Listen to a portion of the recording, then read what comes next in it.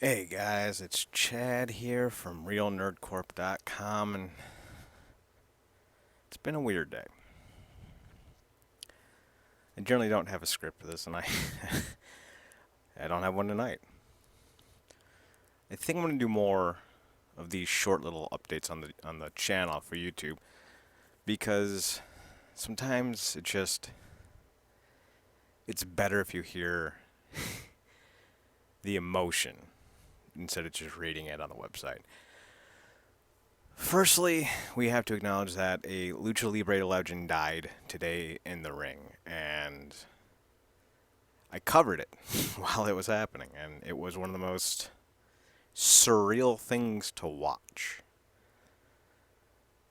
I can't believe it happened. Silver King was only 51, and I know that doesn't seem young, but with advancements in health and recuperation and healing and dietary, and you're seeing guys in their mid to late 40s in pro wrestling still in their prime somehow.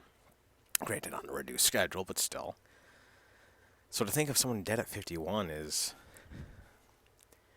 it's unfathomable at times. It looked like he did suffer some kind of stroke. Some people have reported that it was a heart attack. I've seen heart attacks in person. They don't look like that. Now I could be wrong. It's different for everyone, I'm sure. But at one point, his leg was almost locked upright, like he was laying down on all fours, but his left leg was elevated, and he couldn't bring it down. And then he started to convulge. He started to shake, and that's when he laid down for the last time. Now, the whole ordeal itself has so many questions. I have to give a lot of praise to Juventud Guerrero because he was trying his best. He tried to end the match right then and there. The referee wouldn't let him. He tried to pin him right then and there. The referee told him to flip him over because he was laying on his stomach. Then Juventud tried to keep the crowd going and try to keep the crowd distracted on him as he thought people were going to come into the ring and help him, and that's the craziest part. It took probably 7 minutes before actual EMTs got in the ring. Everyone who got in the ring prior to that were wrestlers, and I don't begrudge them for that. Obviously, that's their friend, their mentor, their teacher.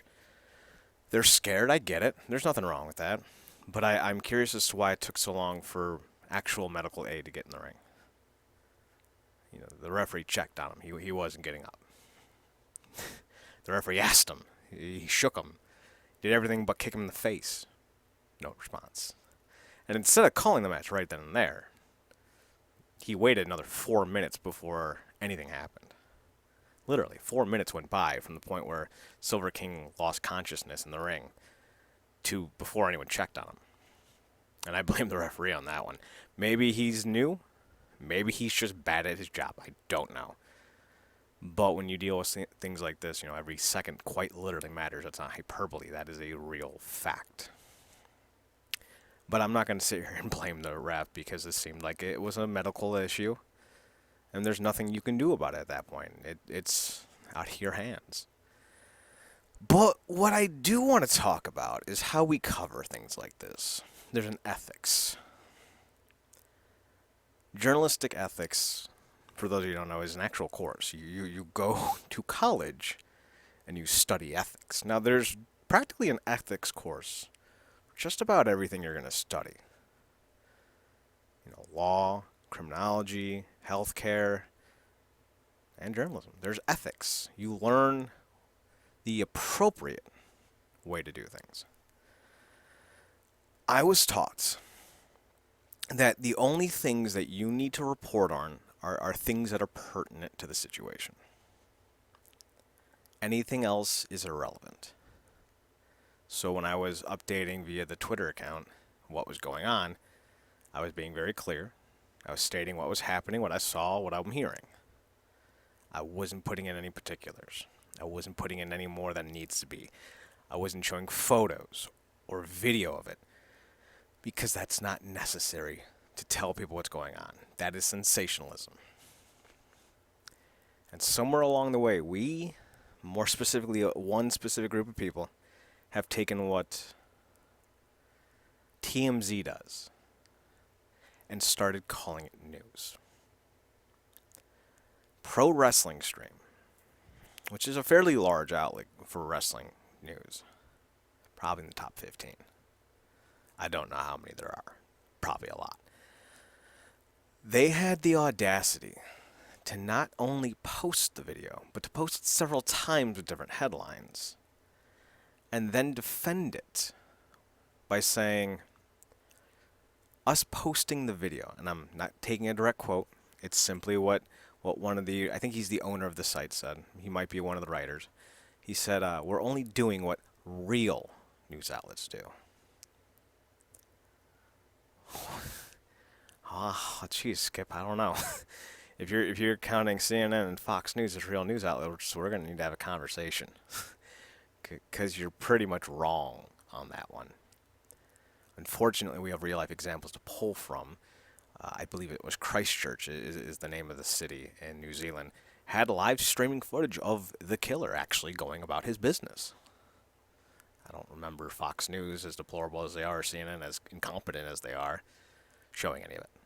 And if they're not going to show it, you got no legs to stand on. So to use someone's death in your news coverage is despicable.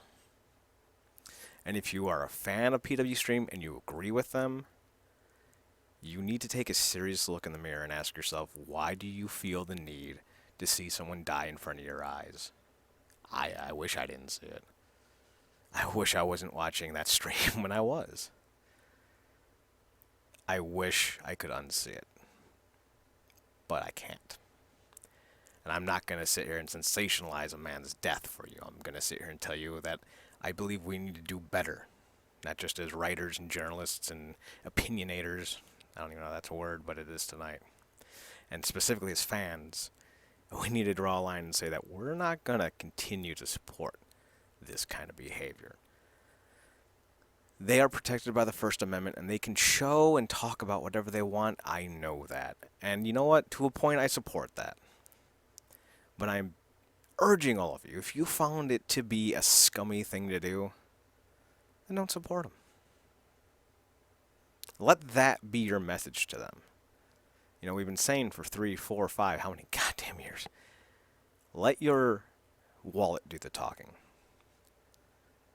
Let companies like the WWE or Ring of Honor or whoever know that you're unhappy with their product by not watching. And I want you to do the same here.